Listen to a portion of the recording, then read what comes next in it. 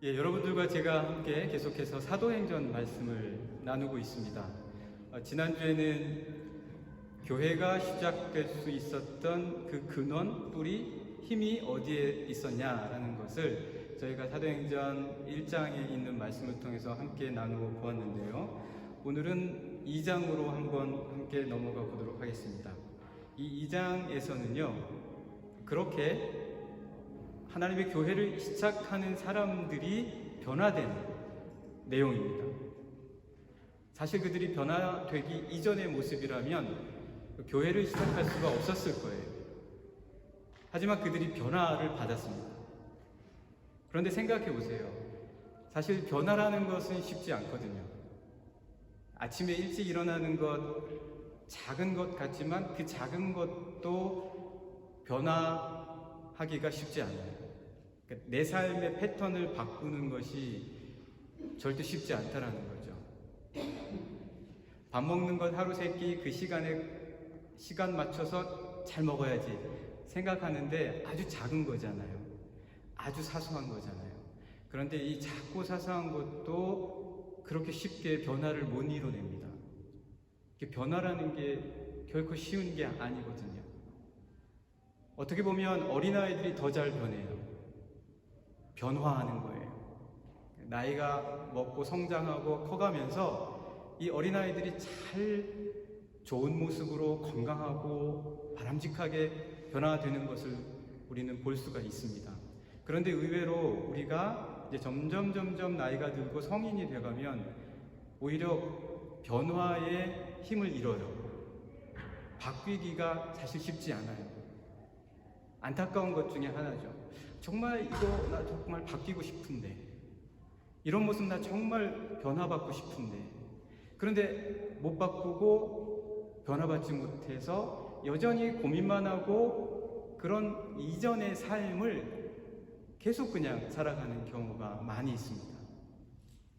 자, 그렇다면 오늘 이 주신 말씀에서 제자들은 어떻게 변화를 받았냐라는 거죠. 어떻게 변화를 받았는지 오늘 우리가 이 말씀을 보시면서 함께 나누어 보도록 하겠습니다. 먼저 1절 말씀을 잠깐 보시면은요, 1절에 이렇게 기록이 되어져 있습니다. 오순절 날이 이미 이르매 그들이 다 같이 한 곳에 모였더니, 그러니까 제자들이 감람산에서 하나님의 아들 그리스도 예수께서 승천하시는 모습 본 이후에 약속을 받죠. 그 약속을 받고 난 이후에 그들은 아마 꾸준히 한 곳에 모였던 것 같아요. 그래서 오늘 1절에도 보시게 되면 오순절 날이 이르렀을 때 그들이, 제자들이겠죠? 그들이 다 같이 한 곳에 모였다라고 합니다. 그런데 이 오순절 날이 이르렀을 때에 예루살렘에 있었던 사람은 여기 모인 제자들만이 아니었어요. 누가 또 있었냐면요, 5절의 말씀으로 내려가 보시면 5절입니다. 그때에 경건한 유대인들이 천하 각국으로부터 와서 예루살렘에 머물러 있더니, 이렇게 말씀이 기록해주고 있어요. 그러니까 이때는 제자들만 특별히 오순절이다 라고 해서 예루살렘에 머무르면서 한 곳에 모인 게 아니에요. 이때는 이미 경건한 유대인들이 천하 각국으로부터 와서 예루살렘에 머물고 있었던 때예요. 자, 그렇다면 이 당시 예루살렘에 있었던 사람들이 어떻게 보면 모두가 다 변화를 받는 것이, 아니 제자들뿐만 아니라 놀라운 일이 그곳에 벌어졌다면, 성령이 그곳에서 무언가 일을 하시고자 했다면 제자들만이 아니라 그곳에 모인 모든 사람들에게 골고루 놀라운 변화가 나타나야 되는 것 아닌가라고 우리가 한번 생각해 볼 수가 있습니다. 그런데 여러분들이 오늘 이 말씀을 봉독하실 때 이미 느끼셨겠지만 다 변화를 받은 게 아니에요. 다 변화를 받은 게 아니라 다 같이 한 곳에 모인 제자들만 변화를 받았어요. 왜 이런 차이가 생길까요? 학교 다녀도 그렇잖아요. 학교에 다닌다고 해서 모든 아이들이 다 똑같이 되어져서 졸업하는 건 아니에요. 다 달라요. 어떤 회사에 다닌다고 해서 회사에 있는 사람들이 다 똑같은 결과와 실적을 내는 것도 아니에요. 신앙생활도 마찬가지죠. 신앙생활을 한다고 해서 모두가 다 똑같은 신앙을 갖고 있는 것은 아니에요. 이게 물론 다양성이라는 측면에서는 좋은 부분도 있지만 오늘 주시고자 하신 이 본문의 컨텍스트 안에서는 그렇지 않은 부분이 있다라는 걸 우리에게 알려주세요. 다 같이 예루살렘에 있었고 성령의 역사가 바로 그 예루살렘에서 일어났는데 왜 이 결과들이 다르게 나타나냐? 오늘 이 말씀을 1절과 5절의 말씀을 잠깐 저희들이 더 보시게 되면요, 이 두 그룹을 비교해 주는 게 약간 달라요. 제자들은 어떤 식으로 표현을 해주냐면 1절에 오순절날이 이미 이름에 그들이 다 같이 한 곳에 모였다라고 이야기를 해줘요. 다 같이 한 곳에 모였다. 그런데 5절에서 그 당시 예루살렘에 있었던 경건한 유대인들은 어떤 식으로 묘사를 해주냐면 천하 각국으로부터 와서 예루살렘에 머물러 있었다라고 해요. 얼핏 우리가 여기서 표현된 1차적인 언어, 우리 한국말의 어감을 통해서만 보더라도요, 여러분 그냥 그저 머물러 있으면 변화받기가 쉽지 않아요. 이렇게 머물러 있다라는 그 어감이 있잖아요. 나 잠시 그냥 머물러 있다 갈 사람, 나 잠시 그냥 여기서 시간 보내면 어차피 나는 여기 더 이상 있을 필요가 없고 또 다른 더 높은 더 넓은 이런 생각을 갖고 있으면서 현재 내가 처한 이곳에서 머물러 있는 경우다라고 생각한다면 이 참 변화는 어려워요. 제자들도 마찬가지였어요. 사실은 제자들도 갈릴리 사람이라서 예루살렘 사람들이 아니었어요. 그리고 그 제자들이 예루살렘 사람이 아니었을 뿐만 아니라 그들 역시 예루살렘에 계속 머물러 있을 사람들도 아니었어요. 그런데 너무나 분명하게 그들이 모여있는 모습을 다르게 표현해주고 있어요. 뿐만 아니라요, 여기 머물러 있다라는 것은요, 독일어로 블라이벤이 아니에요. 엄밀한 의미는 그냥 잠시 staying, 영어로 staying 하는 게 아니에요. 영어 성서에 보시면 여기 있는 이 표현을 가장 그 히브리어에 근접하게 표현해 준 번역은 living이에요. 거기 사는 거예요. 그러니까 여기 예루살렘에 온 경건한 무리들은요, 그 당시에 이 경건의 패션이 있었다는 얘기예요. 경건한 사람들이라면 우리가 천하 각국으로 흩어졌지만 이제 다시 예루살렘에 돌아가서 거기에서 거주하는 것, 이게 어찌 보면 경건한 사람들 사이에서 있었던 하나의 풍조였던 거예요. 경건을 외적으로 나타내주는 하나의 패션이자 기류였던 거예요. 그래서 자신의 경건을 나타내려면 예루살렘에 가서 거기에 머무르면서 거기에 살아야 되는 거예요. 그런 모습을 여기 5절에서 표현해주고 있는 거죠. 어찌 보면 제자들의 모습과는 완전히 달라요. 제자들은 어떻게 표현해 주냐면요, 1절에서 제자들을 어떻게 그들의 머물매에 대해서 표현해 주고 있죠. 다 같이 한 곳에 모였다.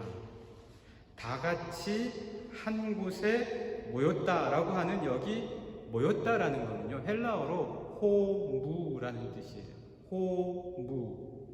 이 호무는요, 여러분 같은 성적인 취향이 있어서 남성끼리 사랑하는 사람들을 호모라고 하죠. 같은 단어에서 나오는 거예요. 호모와 호무는 같은 뜻이에요. 여기 성서에 쓰인 표현은 성적인 표현으로 쓰인 게 아니에요. 성적인 표현으로 쓰인 게 아니라 같아지기 위해서 애쓰다라는 뜻이에요. 같아지기 위해서 한 곳에 있었고 모였다라는 거예요.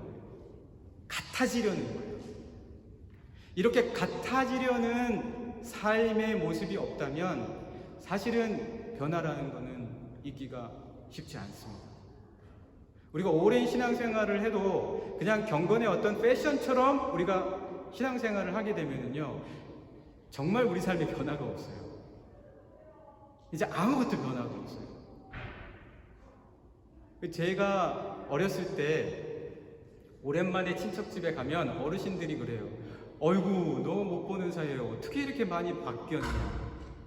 아, 정말 많이 변했다. 이렇게 얘기들 많이 해주세요. 근데 그거는 어떻게 변한 거냐면 제 외모가 변한 거예요. 그리고 학교에서 공부하면서 가르침을 받아서 제 행동이 약간 변한 거예요. 어떻게 보면 저의 삶의 방법이나 패션이 바뀐 거예요. 그런 거는 우리 주변에서 흔히 잘 볼 수가 있어요. 나이가 들고 또 삶의 터전이 바뀌고 사귀는 사람들이나 주변의 일터가 바뀌면 바뀌어져요.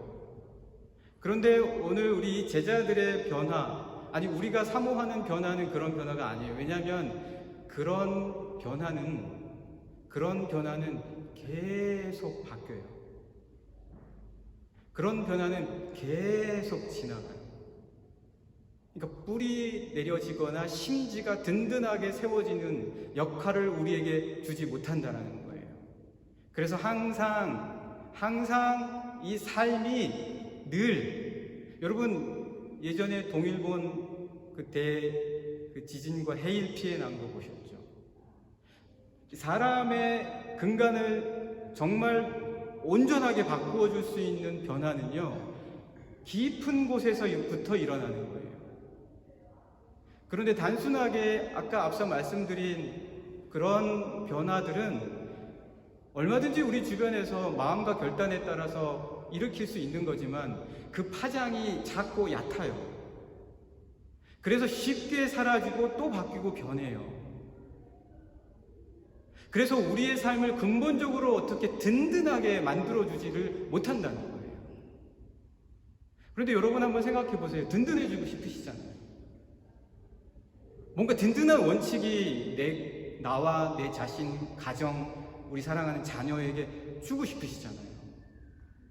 근데 줄 수 있는 게 없는 거예요.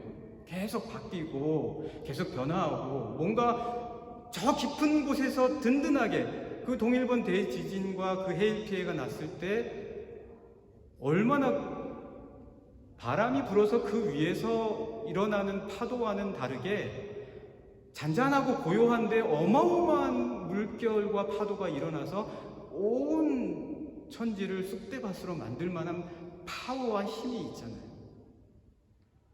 여러분들이나 저나 우리 삶에 어떤 그런 놀라운 변화를 일으킬 만한 든든함을 분명히 사모하실 겁니다. 그것을 위한 변화를 우리는 지금 이야기하고 있는 거예요. 그래서 로마서 12장 2절에는 이렇게 변화를 말씀해주고 계세요. 로마서 12장 2절에서는 사도 바울이 로마에 있는 교인들에게 변화에 대해서 이야기해 주는 건데, 그냥 우리가 일반적인 변화 얘기하지 말자는 거예요. 일반적인 변화 얘기하지 말고 정말 진짜 제대로 된 변화를 한번 이야기해 보자는 거예요. 그게 뭐냐? 로마서 12장 2절 말씀 보시면 이렇게 되어 있어요. 너희는 이 세대를 본받지 말고. 이 말씀이 무슨 말이죠? 이 세대를 통해서도 본받을 수 있고 변화받게 된다는 거예요. 이 세대, 이 세상을 통해서도 본받을 수 있고 변화가 올 수 있다.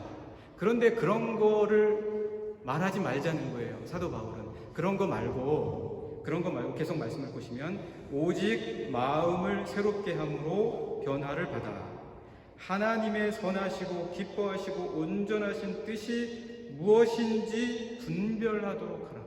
변화에는 또 다른 변화가 있다는 거예요. 그 또 다른 변화는 뭐냐? 하나님의 뜻에 직면했을 때 바뀌는 거예요. 어느 날 갑자기 내가 뭘 어디서부터 배워서 바뀌는 게 아니에요. 배워서 바뀌는 게 아니라 어느 날 갑자기 나에게 닥쳐온 놀라운 하나님의 현실을 깨달을 수밖에 없는, 하나님이시구나. 이게 하나님의 뜻이구나. 이 하나님이 하신 것이구나 라고 깨닫게 되는 그런 놀라운 체험이 우리에게 가져오는 변화가 있다는 거예요. 지금 말하는 변화는 그런 변화인 거예요. 이런 변화가 없이는 매일 아침에 계속 변해요. 계속 변하는데 근본적인 변화는 전혀 없다라는 거예요. 결심을 매번 해요. 매번 하는 것도 나쁘지는 않아요. 그런데 자꾸 바뀌니까 매번 하는 거예요. 한 번 하게 된 그 결심을 근본적으로 변화로 이끌어가는 것이 오늘 우리의 관건이다라는 거예요. 그것에 대해서 오늘 이 사도행전의 저자 누가는 예루살렘의 경건한 유대인들, 경건한 유대인들, 그들을 뭐라고 말했죠? 6절의 말씀 보시면 어떻게 이야기하냐면 이 소리가 남에 큰 무리가, 무리라고 표현해주고 있어요. 무리로 표현해주고 있어요. 여러분, 무리라는 것 잘 아시죠? 무리 지어 다니는 거예요. 무리 지어 다닐 때는 사실 각각에게 어떤 변화가 있기는 어려워요. 그러니까 무리 지어 다니는 거를 그렇게 너무 선호하지 마세요. 무리를 이루어서 함께하는 어떤 것도 중요해요. 그런 것도 필요할 때가 있어요. 그러나 근본적으로 무리 지어 다닐 때 생겨나는 그런 부족한 점을 내가 감당하지 못한다면 아무리 함께 있고 아무리 누군가 더불어 있어도 아무 소용이 없다는 거예요. 그래서 오늘 누가는 이 변화에 대한 이야기를 어떤 식으로 이끌어 가냐면, 이렇게 많은 사람들이 예루살렘에 있었다. 그런데 왜 변화받은 사람은 다 같이 한 곳에 모인 이 제자들밖에 없냐, 이 이야기예요. 그거인 거예요. 한번 말씀을 계속해서 볼까요? 2절부터 한번 보시면요. 2절부터 보시면 이렇게 되어져 있어요. 변화에 대한 설명을 해주는 건데요. 그 당시 상황이에요. 2절. 호련히 하늘로부터 급하고 강한 바람 같은 소리가 있어 그들이 앉은 온 집에 가득하며. 3절. 마치 불의 혀처럼 갈라지는 것들이 그들에게 보여 각 사람 위에 하나씩 임하여 있더니. 4절. 그들이 다 성령의 충만함을 받고 성령이 말하게 하심을 따라 다른 언어들로 말하기를 시작하니라. 저는요, 성서의 구약에 있는 말씀 다 정말 믿음이 없이는 받아들이기가 어려운 말씀들이 많지만, 신약에서도 정말 믿음으로 받아들이지 않으면 이해하기가 어려운 말씀 중에 한 구절이 바로 이 말씀이라고 봐요. 막 갑자기 급하고 강한 바람 같은 소리와 불의 혀가 각 사람 위에 임하였다라고 하니까 이거 어떻게, 여러분들 믿음이 없이는 어떻게 이거를 받아들일 수가 있겠어요? 저도 그래서 고민 많이 했어요. 우리 성도님들과 어떻게 이 말씀을 같이 나눌까? 이 말씀에 대해서 어떻게 우리가 이 누가가 성령의 감동을 받아서 기록한 이 말씀을 어떻게 우리가 함께 나누면서 은혜를 받을 수 있을까? 불의 혀가 임했습니다, 여러분. 우리 성령 받은 사람 불의 혀가 다 머리 위에 있습니다. 우리 교회만, 여기 루터 교회라든지 아니면 가톨릭 교회만 가더라도 성화들을 보면 불의 혀 같은 것들이 각 사람 위에 임한 거 보일 수 있잖아요. 그거를 제가 여러분들 앞에서 지금 다 임했잖아요, 보세요 라고 말한다고 해서 그게 어떻게 우리에게 좋은 이해가 될 수 있겠어요? 결국 말씀으로 풀어가야 돼요. 결국 말씀으로 들어가야 돼요. 여기 오늘 1절부터 13절의 말씀도요, 다 보면 말씀이에요. 방언, 다른 언어, 불의 혀, 급하고 강한 바람 같은 소리, 다 말씀이라는 하나의 큰 틀로 짜여져 있는 거예요. 그 가운데에서 오늘 다시 이 어려운, 이해할 수 없고 믿음이 없이는 받아들이기 쉽지 않은 이 2절, 3절 말씀을 다시 한번 더 보시게 되면 여기에 있는 이 말씀이 나타내주고자 하는 의도는 이러한 놀라운 일을 개인적으로 체험해야 된다는 얘기예요. 왜냐하면 이 말씀 잘 보세요. 호련히 하늘로부터 급하고 강한 바람, 그 다음에 뭐죠? 같은 소리예요. 급하고 강한 바람이라고 표현하지 않고 급하고 강한 바람, 그 다음 뭐죠? 같은 소리예요. 그리고 그 다음에 또 어떻게 되어 있죠? 3절, 마치 불이 아니에요. 다들 이 말씀 읽으시면서 굉장히 많이 오해하시는 것 중에 하나가 불이 임했다 이렇게 생각들을 많이 하세요. 물론 불이라는 심볼도 있어요. 그러나 불의 뭐죠? 불의 혀예요. 혀. 불이 아니라 불의 혀라고요. 말씀에 대한 강조점이 굉장히 많이 들어가 있어요. 불의 혀처럼 갈라지는 것이에요. 근데 이게 어떻게 어떤 말씀과 이어져 있냐라는 거예요. 여기 한번 여러분들이 주목하셔야 돼요. 이게 어떻게 이어져 있냐라는 거예요. 급하고 강한 바람 같은 소리가 있었다가 아니에요. 그렇게 끝나지 않아요. 불의 혀처럼 갈라지는 것들이 있었다가 아니에요. 이게 다 이어지고 연결되어지는 뒤에 말씀이 있어요. 뭐죠? 급하고 강한 바람 같은 소리가 있어 그 다음에 그들이라는 표현이 나와요. 그들이 앉은 온 집에 가득했다. 3절에서도 마찬가지예요. 마치 불의 혀처럼 갈라진 것들이 누구에게 보였다고요? 그들에게 보인 거예요. 이 말씀이 뭐죠? 그들의 체험을 이야기해 주는 거예요. 이거는 객관적으로 예루살렘에 있었던 모든 사람들이 다 같이 보았다는 이야기를 전해주는 게 아니에요. 다 같이 한 곳에 모여서 하나님의 약속을 사모하는 사람들이 모였을 때 그들에게 임했던 체험을 개인적이고 그 그룹 안에서의 체험을 설명해주고 묘사해줘요. 왜요? 개인적인 체험을 하지 못하면 아무것도 없어요.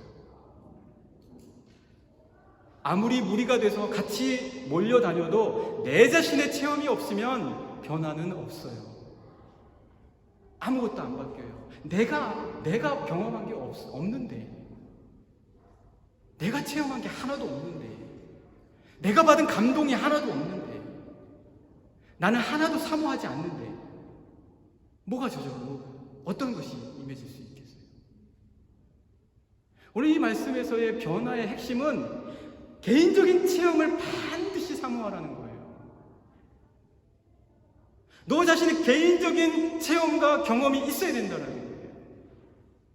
항상 무리로만 다녀서는 어떤 변화도 없다라는 거예요. 내가 안 바뀌면, 나에게 있는 어떠한 체험이 없다면 아무것도 아니다.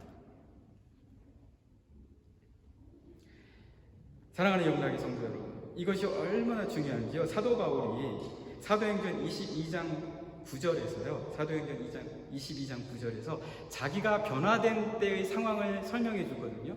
자기가 다메섹 도상에 다메섹으로 가는 길 위에서 그리스도인들을 잡으려고 쫓아가던 때에 자기가 변화를 받았어요. 그때 어떤 변화를 받았냐면 갑자기 단 말에서 떨어지면서 큰 빛이 임하고 그리스도 예수님의 음성을 들었어요. 근데 그때의 상황을 어떻게 이야기해 주냐면 그때 주변에 다른 사람들과 같이 가고 있었거든요. 근데 그때의 상황을 어떻게 이야기하냐면 사도행전 22장 9절, 나와 함께 있는 사람들이 빛은 보면서도 나에게 말씀하시는 이의 소리는 어떻게 했다고요? 듣지 못했다. 이 사람들은 변화가 없는 거예요. 자기들은 체험을 못했어요. 자기들은 경험을 못했어요. 안 변해요. 안 바뀌어요. 사랑하는 영락의 성도 여러분, 오늘 우리가 내 자신의 결심으로도 조금은 변화돼요. 내 환경을 약간 바꿔서 조금은 변화돼요. 새롭게 한번 해보자. 이렇게 변화될 수는 있어요. 그러나 그리스도 예수와의 개인적인 직접적인 체험이 없으면 그 변화는 아무것도 아니에요. 안 바뀌어요. 개인적인 직접적인 체험을 사모하십시오.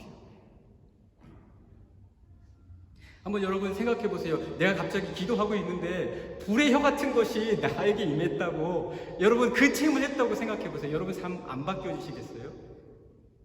갑자기 내가 혼자서 길을 걷고 있으면서 예수님에 대해서 막 생각하고 있는데 하늘에서부터 급하고 강한 바람 같은 소리가 내 마음속에 팍 들어오는 걸 느꼈다면 여러분의 삶이 안 바뀌겠어요? 개인적인 구체적인 체험을 여러분이 가지셔야 됩니다. 필요하다는 거예요. 사랑하는 영락의 성도 여러분, 얼마 전에 그 CNN의 일레이나 리라는 CNN 인터내셔널 수석 부사장이 인터뷰를 했는데, 그 기자가 이분에게 같이 일할 사람을 어떤 기준으로 뽑냐 이거를 물어봤어요. 같이 일할 사람을 어떻게, 무슨 기준으로 뽑습니까? 그렇게 물어봤어요. 그랬더니 이분이 하는 얘기가, 우리가 사람을 뽑을 때 우리는 어디든지 가야 됩니다.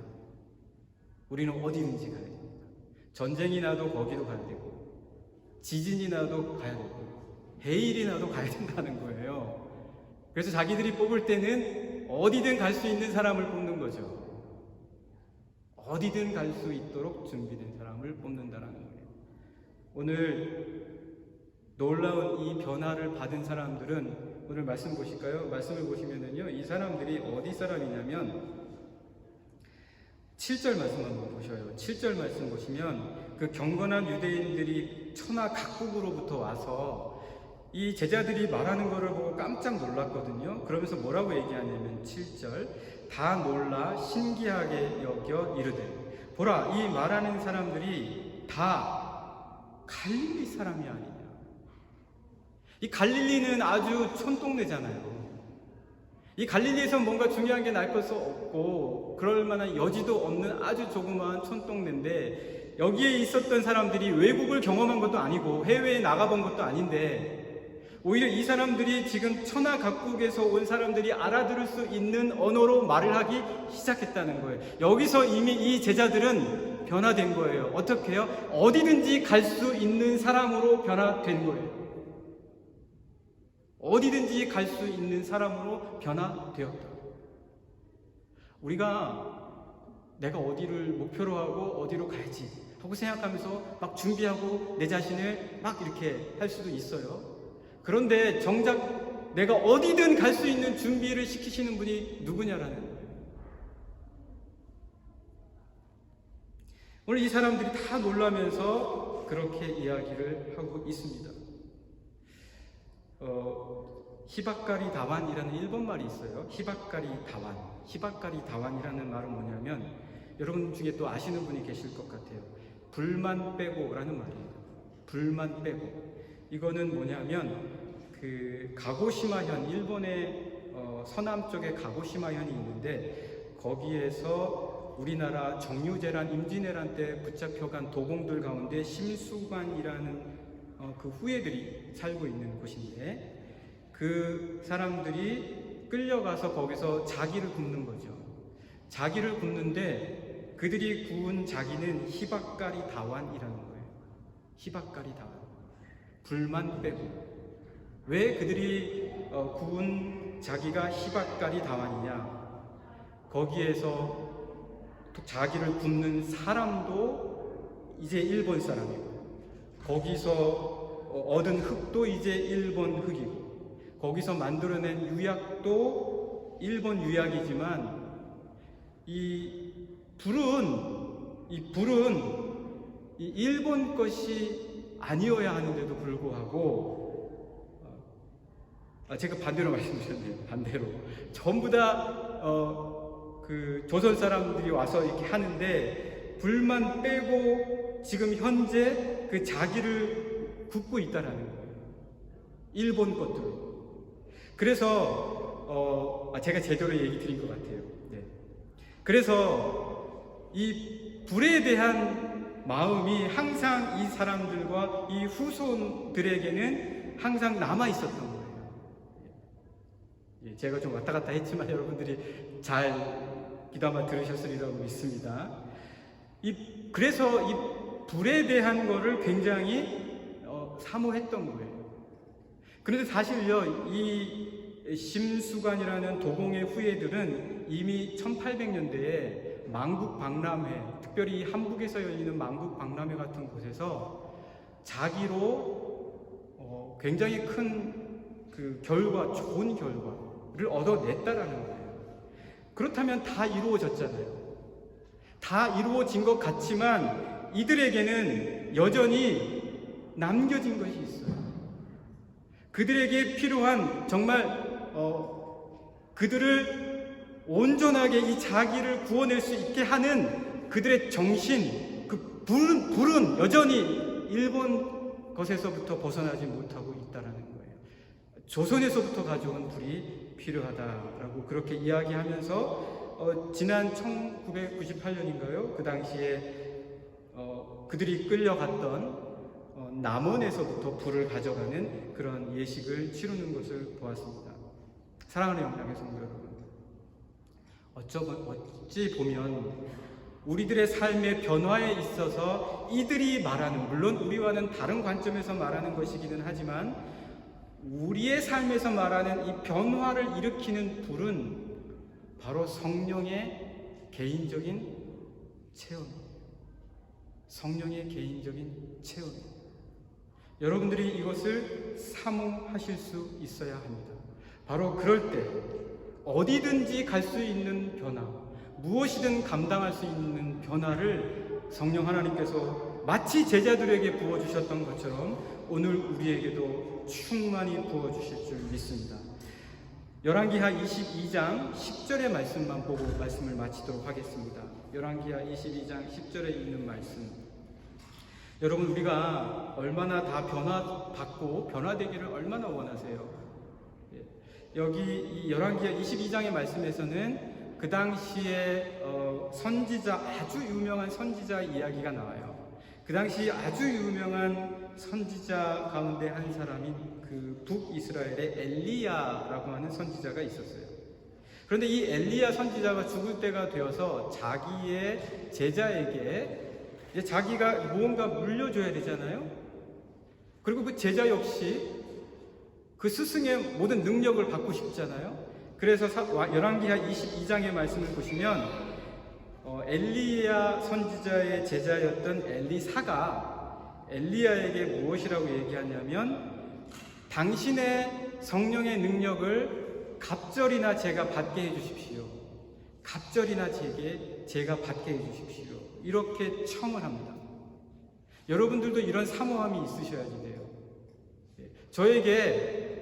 저의 이 변화의 체험을 통해서 바뀌어질 수 있는 그런 것들을 저에게 허락해 주십시오라는 그러한 사모함, 그런 사모함으로 이 엘리사가 엘리야에게 이야기를 했어요. 청을 했어요. 그때 엘리야가 엘리사에게 말하는 거예요. 뭐라고 얘기하냐면 열왕기하 22장 10절 보시면, 그러니까 자기에게 있었던 능력의 갑절을 요구하니까 이렇게 얘기해요. 이르되 내가 어려운 일을 구하는도다.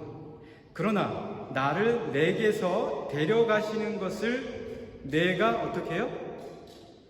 보면, 나를 데려가시는 것을 내가 보면 그 일이 내게 이루어지려니와 그렇지 아니하면 이루어지지 아니에요. 우리의 삶의 변화도 마찬가지예요. 우리의 삶의 변화가 이루어지냐 이루어지지 않냐라는 것은 정말 이런 놀라운 일이 일어나는 현실을 내가 보기를 간절히 원하는 그 사모함으로부터 시작해서 우리에게는 변화가 시작이 된다는 거예요. 여러분, 얼마나 이 변화에 대한 개인적인 체험을 사모하고 계십니까? 이때 엘리야가 어떻게 변화가 되죠? 이 엘리야가 어떻게 변화가 되냐면 불말과 불병거를 타고 하늘로 올라가게 돼요. 과연 그거를 어떻게 볼 수 있겠어요? 그런데 엘리사가 그거를 봤다라는 거 아니에요. 이것은 똑같은 사도행전 오늘 우리가 함께 본 2장의 앞쪽의 말씀과 맥이 닿아져 있어요. 개인적인 체험, 하나님을 향한 성령의 체험. 사랑하는 영락의 성도 여러분, 오늘 우리 이 말씀을 맺으면서 이렇게 함께 꼭 기억했으면 좋겠습니다. 오늘 말씀의 제목이 뭐죠? 어떻게 이런 변화가, 나에게 있기를 정말 원하는 변화가 있다면 하나님과의 개인적인 구체적인 체험을 사모하십시오. 그때 주님께서 우리에게 놀라운 변화를 허락하여 주실 줄 믿습니다. 이러한 모든 영락의 성도님들 되시기를 간절히 축복합니다.